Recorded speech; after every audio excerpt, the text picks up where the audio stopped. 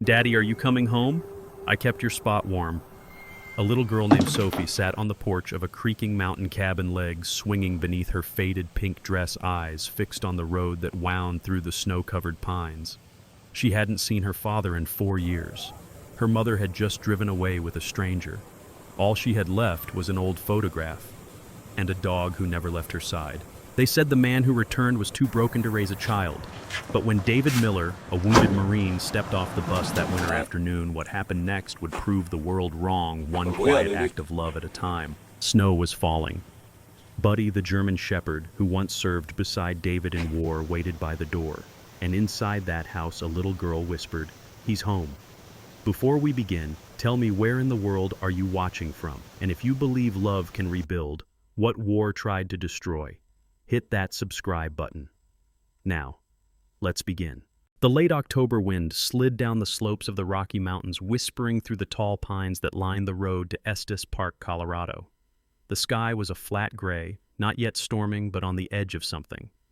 A few dry leaves blew across the cracked asphalt as the Greyhound bus hissed to a stop at a nearly empty roadside station, its windows fogged and streaked from long hours on the road. Only one man stepped off. David Miller stood for a moment beneath the bus stop awning, clutching the worn strap of his military-issued backpack slung over one shoulder. He was 35, broad-shouldered, but slightly hunched, the stance of a man used to carrying weight both seen and unseen. His uniform jacket, though neatly pressed, was clearly faded at the elbows, and his boots had lost their shine somewhere between Afghanistan and Denver. His face was weathered, a sharp jawline under the beginning of a beard, eyes a steely blue that now looked gray in the overcast light. There were crow's feet at the corners of those eyes, not from laughter, but from squinting against sun sand and pain.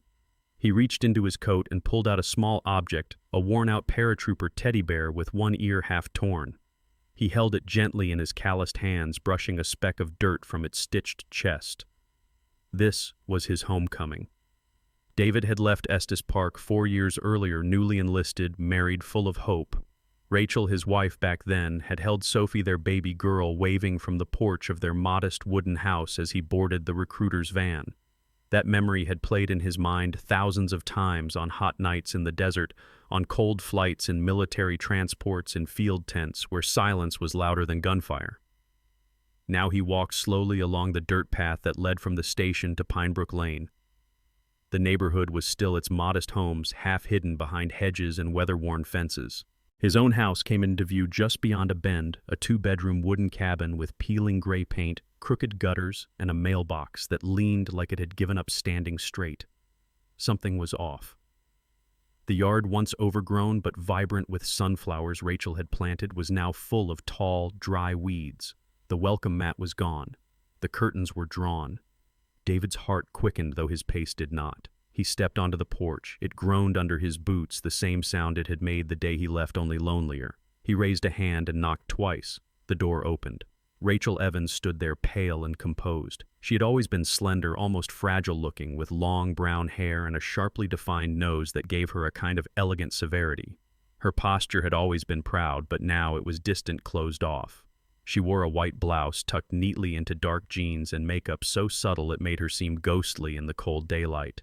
She didn't look surprised. Rachel had once been warm, even funny. She used to laugh at David's terrible jokes and bake late at night because cookies don't care about bedtime. But something had shifted in the years he was away. The loneliness, the bills, the waiting, perhaps it hardened her. Or maybe it just made her tired. "I'm home," David said softly, barely louder than the wind. Rachel said nothing. Instead, she bent down and picked up a stack of papers from a side table just inside the door. She handed them to him, eyes still unreadable. On top was a divorce decree already signed. Behind her, David saw a small suitcase neatly zipped and propped by the wall. "What is this?" he asked, voice cracking like the porch wood beneath him. Rachel's voice was low-rehearsed. "Mark is waiting." A car engine revved outside the gate. David turned and saw a sleek black Lexus idling on the curb. Inside sat Mark Delaney, a real estate investor in his early 40s with salt and pepper hair and a jawline like a magazine ad. He wore a white shirt, sunglasses, and a gold watch that reflected a flash of dull sun. He looked out the window at David like one might glance at a stray dog, neither cruel nor interested. Rachel straightened her shoulders. "He gives me everything I need. No waiting, no pain. You You can raise Sophie if you want. I can't anymore. David didn't speak. The papers slipped from his hand and fluttered to the porch. A gust of wind caught the top page and sent it skittering into the yard. Then it happened. A small voice called out from behind the half-open door. "Daddy." Sophie ran out. She was 5 now, but still tiny for her age, dressed in an oversized pink sweater with a frayed sleeve and jeans that needed hemming.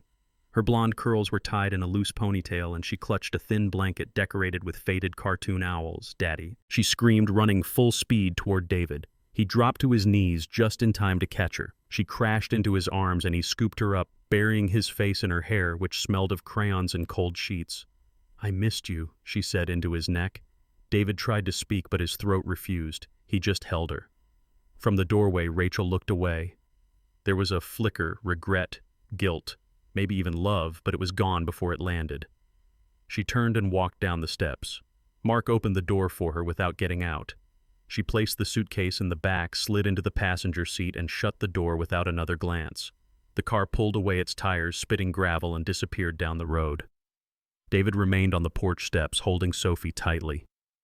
The house loomed behind them, gray and silent. Then a bark echoed through the yard. From around the back of the house came a blur of black and tan. Buddy David's old German shepherd, now clearly older and leaner, skidded to a stop at the sight of him. The dog barked again, tail wagging in wide, furious arcs. Buddy David whispered. The dog bounded up, placing both paws on David's shoulders and letting out a long, mournful whine before licking his face. Sophie giggled through her tears. David let out a broken laugh. "You're still here." The wind picked up. The old welcome chimes still hung above the door, and it let out a soft, trembling song like it hadn't had a reason to ring until now. David, Sophie, and Buddy sat there for a while, the past scattered like leaves at their feet, the future quiet and unpromised. But they were together. And for now, that was enough. The air in Estes Park grew colder with each passing day, the autumn slowly giving way to the edge of a long, bitter Colorado winter. Mornings were silvered with frost, and the old wooden house creaked under the weight of chilly wind slipping between the cracks in its siding. Inside, David Miller moved with quiet determination, beginning a new kind of battle, one that required no gun, but asked just as much from his body and more from his soul. He woke at dawn to the sound of Sophie's cough echoing through the small hallway. It was a dry, rhythmic sound, familiar now. David kept her medicine on the nightstand, though lately he had to shake the bottle harder and longer to get anything out. The label warned it was near expiration. The prescription had run out and a new refill wasn't cheap. He scooped Sophie up from her little bed and sat beside her, gently rubbing her back until the cough subsided.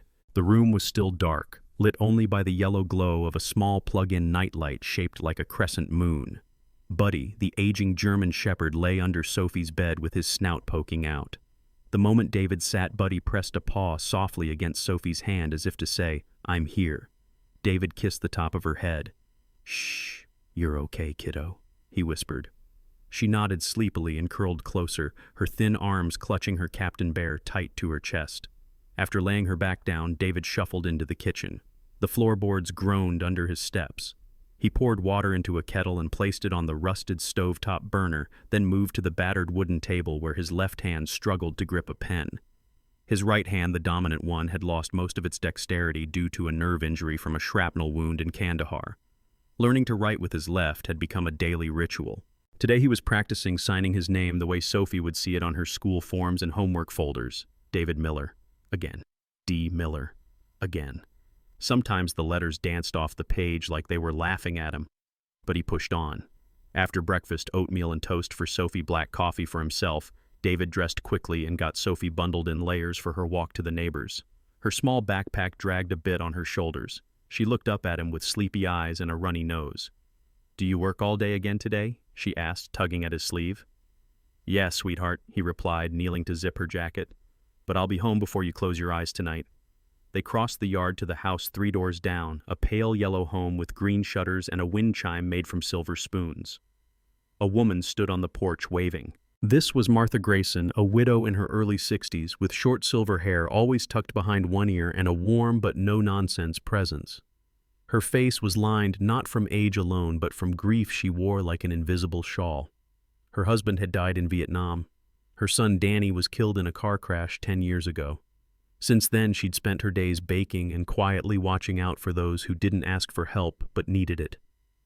Martha bent down and took Sophie's hand. "Come here, sunshine," she said softly. "I made apple pie last night, and I saved a slice just for you." Sophie beamed. "Can Buddy come next time?" David chuckled. "Only if he promises not to steal your pie." He nodded gratefully at Martha. "Thank you again." Martha nodded. "She's good company, and you're a good father. Don't forget that." By 8:30 a.m., David was at Tommy's auto shop, a small grease-streaked garage on the edge of town. Tommy Gutierrez, the owner, was a broad-shouldered man in his 50s with a limp from an old factory injury and a beard that looked like it hadn't seen a razor since the Reagan administration. Tommy had a bark of a voice, but his heart was softer than he liked to admit. He'd offered David a job the day after the town saw the viral clip of the ex-soldier cycling through the storm with his daughter. Tommy didn't say much, just handed him a pair of overalls and pointed to a broken-down Ford. That morning, David worked on oil changes, replaced brake pads, and rotated tires. Grease stained his hands and sweat soaked through his undershirt despite the cold. At lunch, he sat on a crate outside the garage, chewing slowly through a sandwich made of day-old bread and a single slice of ham. His thermos of lukewarm coffee steamed beside him. He stared at the horizon where the mountains towered beyond the valley. For a moment, he let himself breathe, not think, not plan, just breathe. After the garage, he biked to the local warehouse where he worked the evening shift, stacking crates and checking inventory.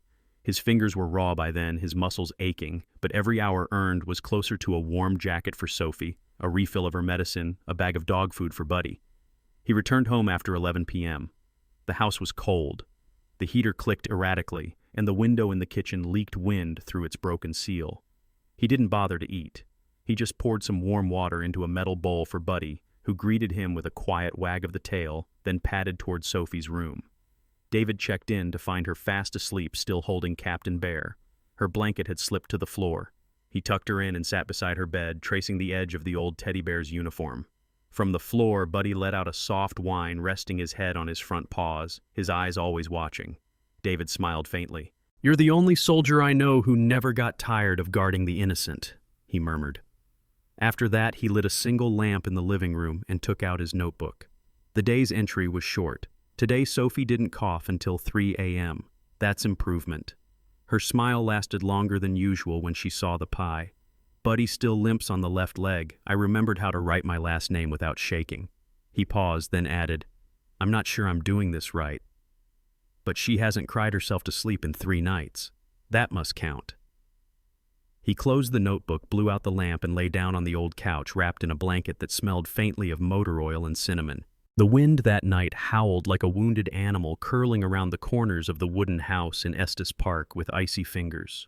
It was the first full snowstorm of the season, unexpected, brutal, and fast-moving. The power had already flickered twice by 8 p.m., and the forecast on the old radio in the kitchen warned of worsening conditions. The temperature had dropped below 20 degrees Celsius, and outside snow was piling up in thick, wet sheets that clung to everything. Inside the house, David Miller stood over Sophie's bed, his palm pressed to her forehead. She was burning up. Her cheeks were flushed bright red, her breathing shallow. Sweat soaked through her long-sleeve pajamas, and her hands twitched occasionally like she was trying to grasp something invisible. Her eyes fluttered beneath closed lids. "Sophie," he said softly, "hey, sweetheart, wake up." She murmured something unintelligible and turned her head whimpering. David's stomach turned. The bottle of fever medicine on the nightstand had been empty since last Tuesday, and the only other medicine they had expired months ago. He had meant to get a refill on Friday, but between late shifts, broken pay cycles, and the snow rolling in, it never happened. He picked up his phone and tried calling the town clinic. No signal. The snowstorm had taken out the tower again. He stared at the screen, his thumb hovering, searching for any other contact. No neighbors had working vehicles that he knew of, and the ambulance would never make it up this road in time, not tonight. He looked over at Buddy, who was pacing in small, tight circles at the edge of the bed. The dog's ears were back, his nose occasionally pressing against Sophie's limp fingers. David made a decision. In the backyard shed, half buried under old tarps and forgotten tools, was his rusted mountain bike, the one he had used to get to work before Tommy lent him the pickup for short trips. It was battered, the chain a little loose, the brakes questionable, but it rolled. He hauled it out, wiped the snow from its frame, and checked the tires. Still aired barely. He didn't have time to be picky. Back in the bedroom, he pulled his military jacket from the closet. It was thick olive green and still smelled faintly of sand and gun oil. He wrapped Sophie in layers of blankets and then zipped her into the jacket, tying it tight at her chest with a length of cloth. Her arms were nestled against her sides, her face flushed and resting against his shoulder. Buddy stood near the doortail, rigid as if waiting for command. David glanced at him. "You coming?" The dog barked once, sharp and clear. Outside, the snow had risen nearly a foot. David secured Sophie into a deep crate attached to the front of the bike, padding it with towels and wrapping a clear sheet of plastic loosely over the top to shield her from the snow. Her head lolled slightly, and he gently tilted it back into position. David mounted the bike. His legs screamed with the first pedal. Buddy bounded beside them. The ride to the clinic was 8 miles of winding roads, frozen potholes, and near-zero visibility. The snow whipped sideways, slapping David's face with every rotation of the wheels. His breath came out in heavy bursts, each cloud immediately caught by the wind and shattered. His gloved hands gripped the handlebars so tightly they went numb within minutes. Halfway through the ride, as they turned onto Route 36, a patch of open road stretched between the trees. That's when the headlights hit them. A silver SUV was parked on the shoulder, engine running its windshield wipers, flapping helplessly against the snow. Inside sat Ethan Jacobs, a 17-year-old high school senior with a mop of curly brown hair and a TikTok habit that rivaled his GPA. He had been live-streaming the snowstorm to his small online following, bored restless, hoping for some epic winter chaos. What he saw instead was David. A man in a soaked military jacket pedaling like his life depended on it. Snow pouring down in waves, a child barely visible in the basket in front, and a German shepherd running beside them like a guardian wolf from another age. Ethan went silent. His followers began commenting furiously. "Who is that dude record that OMG? That's insane. Please tell me that kid's okay." He turned the phone to follow the blur of motion until it disappeared into the white wall of snow. The clip ended there. David's muscles had long since given out. Now he ran on willpower alone. His knees buckled with every turn. Tears leaked from his eyes, both from the cold and from something deeper, fear, exhaustion, memory. Buddy barked periodically, especially when they passed parked vehicles or crosswalks. It sounded almost like he was warning the storm itself to back off. Sophie moaned once in her sleep. David bent down as much as he could. "Almost there, baby. Just stay with me." The last stretch to the clinic was a steep uphill. The wheels slipped in the slush. David got off and pushed, teeth clenched back, bent forward like a soldier carrying the wounded. Buddy growled at the wind. At last, the faint green glow of the clinic's emergency sign blinked through the snow. The light buzzed weakly, half covered in icicles. David burst through the last 100 feet and collapsed at the door, banging it with his elbow until it creaked open. A nurse, young, tall, wearing scrubs beneath a heavy parka, rushed out. Her name was Elena Price, 29, thin with freckles across her nose and eyes too tired for someone her age. She had been working a double shift, running low on caffeine and patience, but the sight on her doorstep stunned her. David held Sophie out with trembling arms. "Fever? All night. Please." Elena shouted for a doctor. Another nurse emerged, and they gently took Sophie from his arms and disappeared into the warmth of the hallway. David sank to his knees in the snow, breathing heavily, vision swimming. Buddy lay down beside him, pressing against his side as if reminding him he wasn't alone. Inside, monitors beeped, warm air circulated, and someone wrapped Sophie in heated blankets. Elena glanced back through the glass door and whispered more to herself than anyone else. That man just biked through a blizzard for his child. He's not just a father, he's a damn hero. The snowstorm passed, but its imprint lingered long after the roads were cleared. In the days that followed, the image of a man pedaling through a blizzard with a child swaddled in an army coat and a German shepherd racing beside him spread across the internet like wildfire. The video, shaky, grainy, and no longer than 45 seconds, was enough to stir something across state lines and screens. It was Ethan Jacobs' live stream that did it. A teenager's spontaneous video became a symbol, the embodiment of resilience, sacrifice, and unspoken love. Someone dubbed it Blizzard Ride. Others simply called it The Father. By the end of the week, national news stations had picked up the clip. Articles surfaced with headlines like "Ex-Marine bikes through storm to save daughter," "The quiet hero from Estes Park, who is David Miller." In the small clinic room, David sat quietly beside Sophie's hospital bed, unaware of the storm outside the hospital walls, this time a digital one. Sophie's fever had broken. She was sleeping soundly, cheeks returning to a healthy shade of pink. Her hands, small and warm, rested gently atop Buddy's head, the dog snoring lightly on the hospital floor. Elena Price, the nurse who had first received them, entered the room holding a tray. She was wearing a new pair of scrubs, this time blue with small stethoscopes patterned along the sleeves. Her freckles stood out more under the fluorescent lighting, and her tired eyes now carried a softness. "You didn't eat your breakfast," she said, setting the tray near David's chair. David shook his head. "She's okay now. That's enough." Elena pulled over a chair. "You've got a stack of letters and 2 gift baskets waiting at the front desk. Someone sent you a thermal sleeping bag. Another one sent socks, like really good socks." David blinked. "Why?" Elena laughed quietly. "You really don't know what's happening, do you?" He shook his head again, slower this time. She picked up her phone, scrolled a moment, then turned it toward him. The video, the view count, the hashtags, and the graffiti. He stared at it, mouth slightly open, but no words came. Meanwhile, across the country, in a high-rise apartment in downtown Chicago, Rachel Evans sat at a marble countertop with a cup of black coffee untouched beside her. Her silk robe, cream-colored with gold embroidery, hung loosely around her thin frame. She had lost weight. Her cheekbones were sharper now, her eyes darker, less from eyeliner and more from lack of sleep. The apartment had everything she thought she wanted: stainless steel appliances, floor-to-ceiling windows, a view of Lake Michigan. But none of it felt grounded. The whole place was so quiet it made her ears ring. She scrolled through her iPad, reading the headline that had now circled to her newsfeed multiple times. She hadn't watched the video until that morning. Now she watched it on a loop. There he was, David, his silhouette hunched over the handlebars, pushing through the snow with desperation. Buddy keeping pace. And there, in the makeshift basket wrapped in that old army jacket, was Sophie. Even blurry, even distant, Rachel recognized her daughter's eyes. She put the iPad down and pressed both hands over her face. The sob started deep in her chest and rose like an old memory too long buried. That look, the way Sophie rested against David, trusting without question. Rachel used to be that person, used to be the one Sophie leaned into at night. But she had left. Not just physically, but in the way that mattered. In Estes Park, the town responded in its own way. The local school where Sophie would eventually attend had a mural painted on the brick wall facing the playground. It showed a father pushing a bicycle against a snowy background, a child wrapped in blankets in front, and a loyal dog bounding beside them. Above it, in bold white letters, someone had written, "Family is where people don't leave." David saw it one afternoon when he rode into town to pick up groceries and new gloves for Sophie. He stood across the street staring at it for a long time.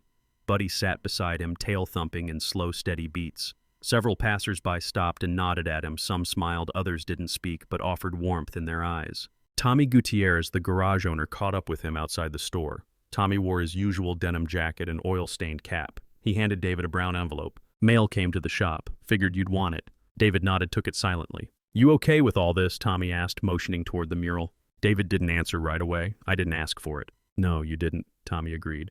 "But maybe it found you anyway." At home, the impact of the storm became tangible. Donations poured in, not in cash, but in what mattered more. A team from a veterans outreach program showed up to fix the roof. Another crew replaced the broken window and repaired the old water heater. Boxes of clothes and warm bedding arrived on the porch with no return addresses. Sophie now had a proper winter coat, a deep purple one with a faux fur hood. She insisted on putting it on inside the house, spinning in circles and laughing while Buddy barked and chased her in loops. One afternoon, a local journalist knocked on the door. She introduced herself as Claire Bentley, early 30s, petite with short curly red hair and thick-rimmed glasses. She had a kind, slightly nervous energy and carried a worn leather notebook instead of a camera. "I'm not here to do a story unless you want one," she said. "People just want to know how you're doing." David stood in the doorway, arms crossed, Buddy beside him like a quiet bouncer. "We're fine," he said, then added, "We'd like to be left alone now." Claire nodded without offense. "If you ever change your mind, here's my card." She handed it over, then backed away. David didn't look at the card until later that night. It sat on the kitchen table beside the notebook he used for letters to Sophie. He didn't throw it away. The first frost of December clung to the window panes of the small wooden house like lace spun by winter's hand. The town of Estes Park had grown quiet, tucked beneath the hush of low-hanging clouds and chimney smoke curling into pale skies.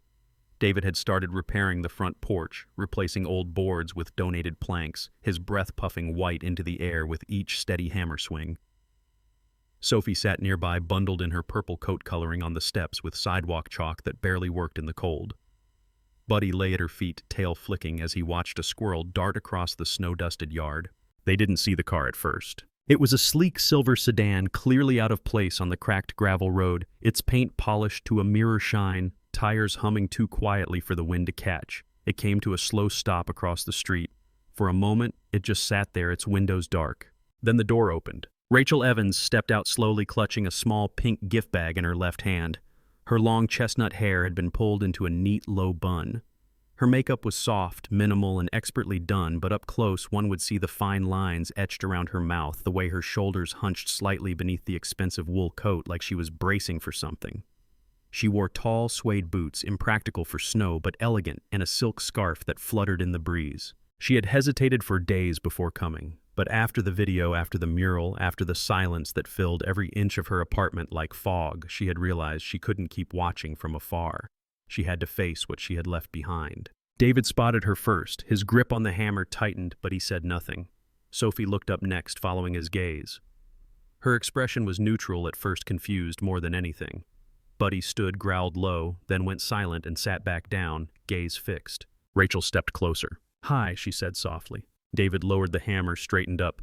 "You're back. I wanted to see her." There was no venom in his voice, just a plain, hollow acknowledgement like the taste of cold water. Sophie rose slowly. She squinted at the woman, tilting her head slightly as if searching for a memory that refused to click into place. Rachel stepped forward, crouched down, and held out the pink bag. "I brought you something, sweetheart.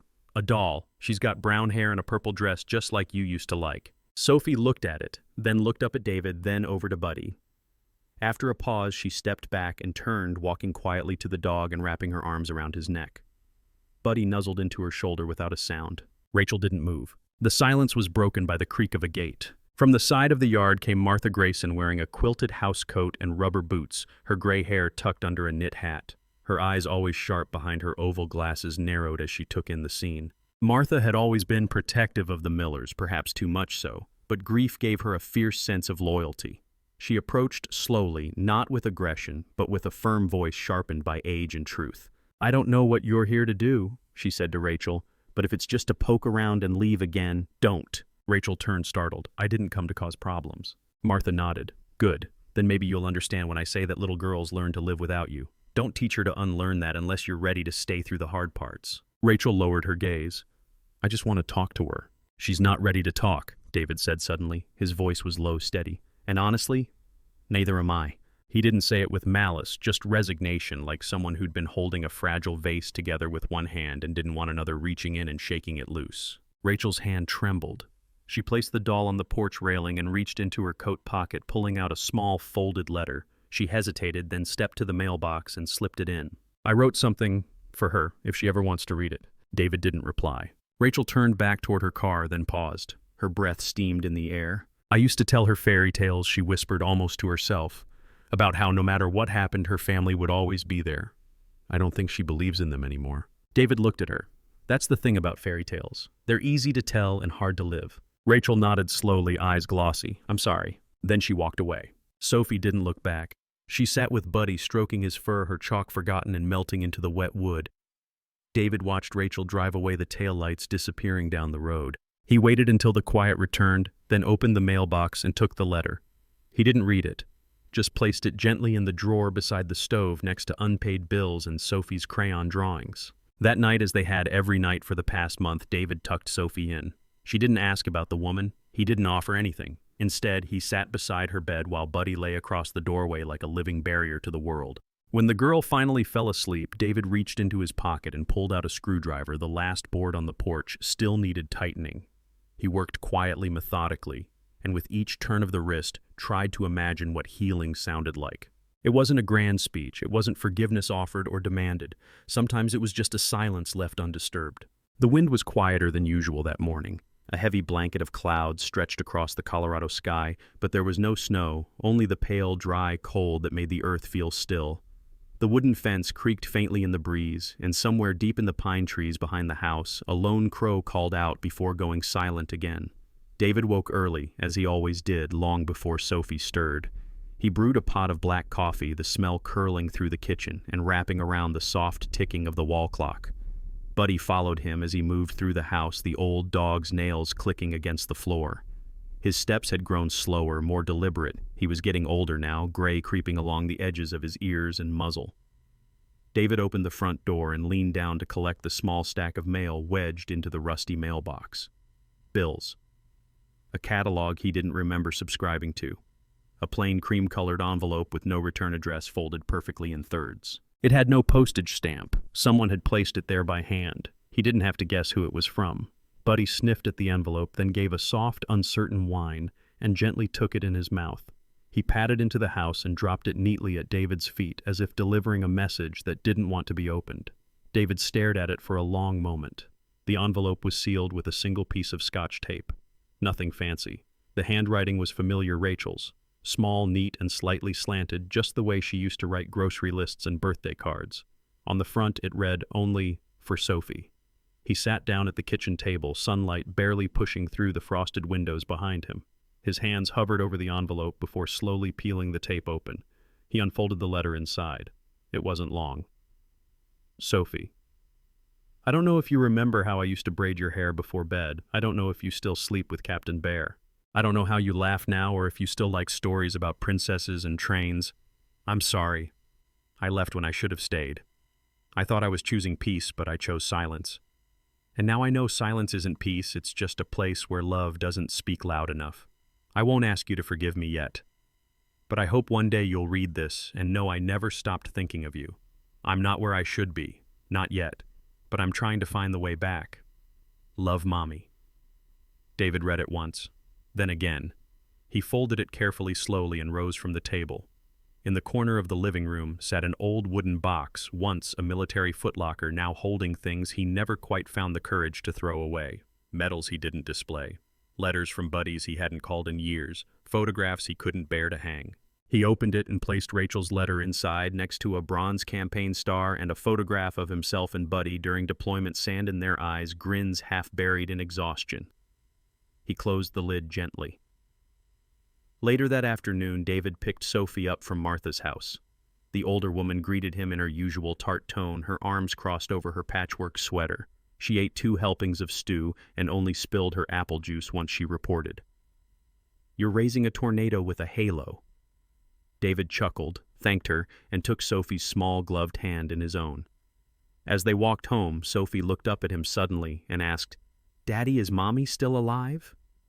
The question hung in the cold air between them. David didn't respond immediately. His boots crunched softly in the snow before he finally answered. Yes, he said. She's alive, just still learning how to find her way back. Sophie didn't ask more. But that night, while David did the dishes and Buddy snoozed near the fireplace, Sophie sat at the kitchen table with a box of crayons. Her tongue poked out slightly in concentration as she drew on a piece of thick paper. When she was done, she held it up to the light and studied it. In the drawing, a small white house stood beneath a sky filled with swirling blue. In front of the house were 3 figures, one tall, one small, and one with 4 legs and pointed ears. The tall figure had short brown hair and held the small one's hand.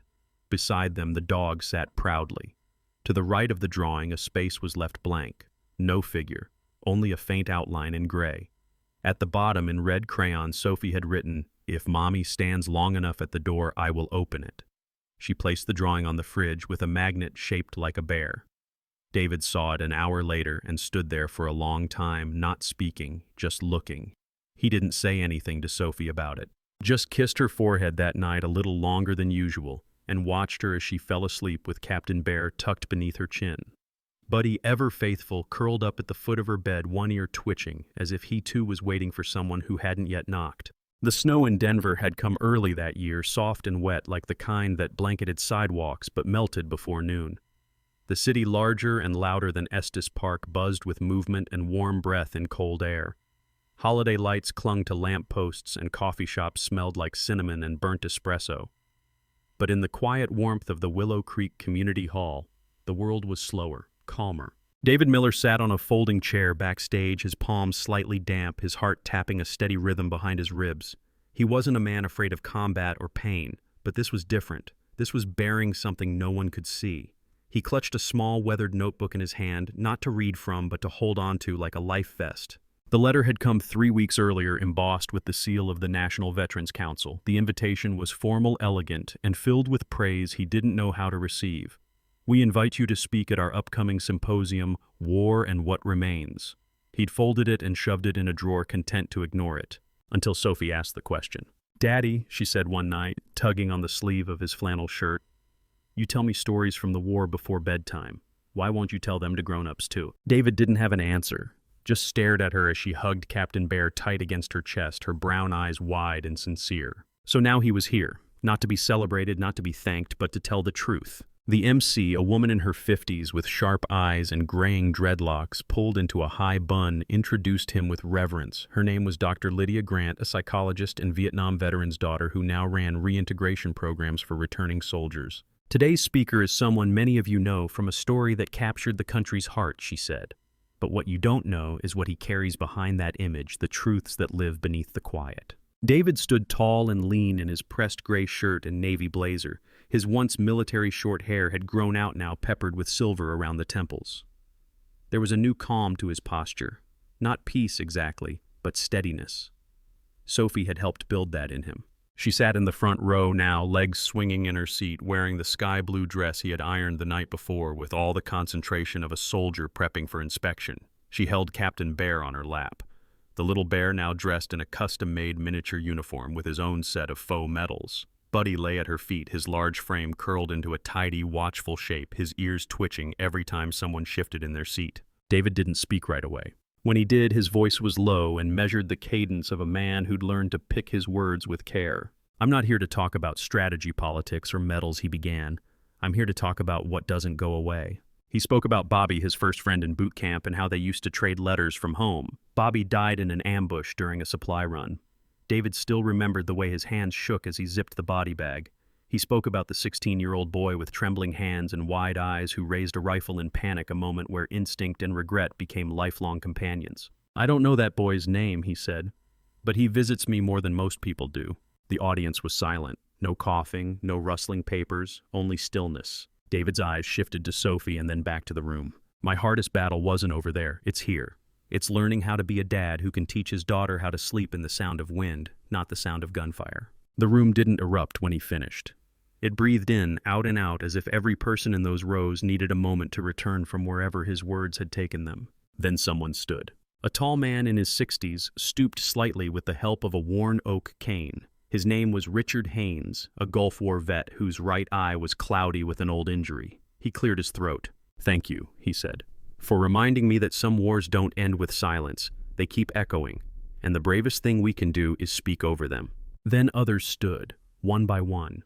No cheering, just quiet, heartfelt applause that built like a slow tide. Not for a hero, but for a man who dared to be honest. Afterward, while Sophie played with Buddy outside the doors, chasing him through flurries of snow beneath a bare-limbed tree, David was approached by a group of younger veterans. They were from a transitional housing unit in Aurora, men in their 20s and early 30s, each carrying something different but equally heavy. One introduced himself as Luis Ortega, short and wiry with tired eyes and tattooed knuckles. He said, "You didn't sound like a hero up there. You sounded like my brother, like me." Another, James Thorne, lanky and quiet with a nervous stammer, asked if David would be willing to visit the unit sometimes. Not as a counselor, just someone who gets it. David didn't answer right away. Then he nodded once.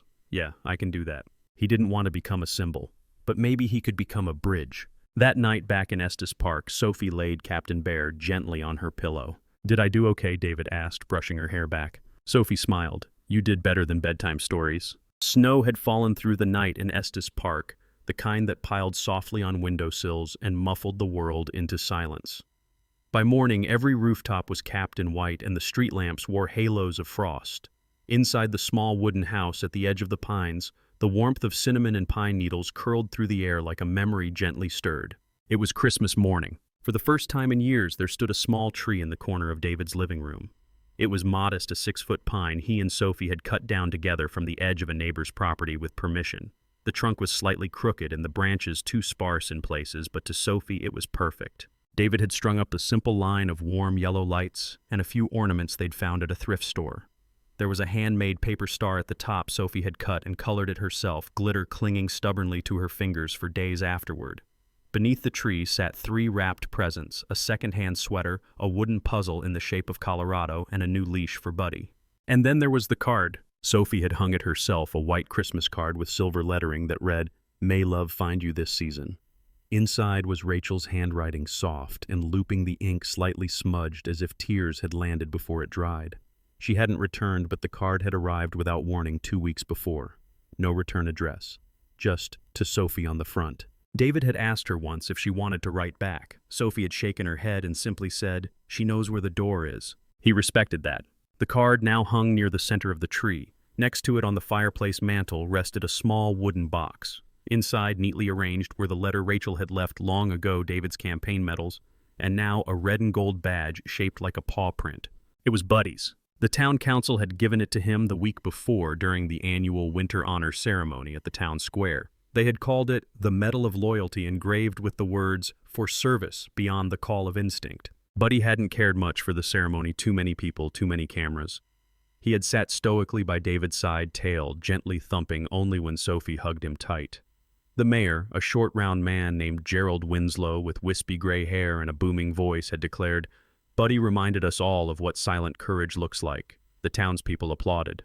Buddy sneezed and looked unimpressed. Now lying beneath the tree, his graying head resting on his front paws, Buddy dozed while Sophie spun circles in her socks across the hardwood floor. "Want to hear my poem again, Daddy?" she asked, stopping in front of David, who was sipping coffee by the window. He smiled and nodded. Sophie cleared her throat dramatically, then pulled a crumpled paper from her sweater pocket and began. "My daddy's not Santa, but he can fix things just as well, like broken toys and scary nights and hearts where shadows dwell." David blinked hard and smiled, his eyes shining with something warmer than the fire behind him. Sophie beamed. "Mrs. Callahan said I could read it at the winter concert." Mrs. Callahan was Sophie's teacher, a tall, willowy woman in her late 30s with a kind, tired smile and a voice like a lullaby. She had been one of the first people in town to welcome David and Sophie, quietly leaving school flyers in their mailbox and extra mittens on the porch when the cold came early. Her own husband had served in Iraq and never come back. She understood more than she said. As the morning sunlight stretched across the snow outside, David glanced at the far wall of the living room where Sophie's drawings were proudly taped. There at the center was one in particular, a simple scene drawn in crayon. Two figures stood side by side, one tall, one small, both smiling. Beside them sat a big brown dog with pointed ears and a pink tongue. Above them a sun peeked from the corner, and beneath in crooked letters were the words, "This is what home looks like." David felt something settle in his chest, not closure exactly, but acceptance. Peace, not because the story had ended perfectly, but because it had continued. That night, when Sophie had long gone to sleep and Buddy had curled up on the rug near the fire, David stepped outside. The sky was clear now, 1,000 stars scattered like shattered glass across a velvet backdrop. His breath fogged in the air as he looked up. He didn't feel alone anymore. There was no Rachel in the doorway, no promise of return or fairy tale reunion. But there was a girl who believed he could fix things, a dog who had never once left his side, and a town that had come to see him not as the man broken by war, but the father rebuilt by love. And that was enough. In the quiet stillness of winter, when it seemed only sorrow and separation remained, a miracle unfolded, not in flashes of lightning or divine thunder, but in the small, steady acts of love. A handwritten apology, a loyal dog who never left, a little girl who believed her father could fix anything, and a soldier who found healing not through forgetting, but through telling the truth. God doesn't always show up in storms or shining lights. Sometimes he comes in the form of a single father drying his daughter's tears in the silent footsteps of a dog standing guard, or in a child's hand drawing a picture of home. Whether you're walking through darkness or dancing in light, remember, miracles don't always change our circumstances. Sometimes they change our hearts just enough to carry on.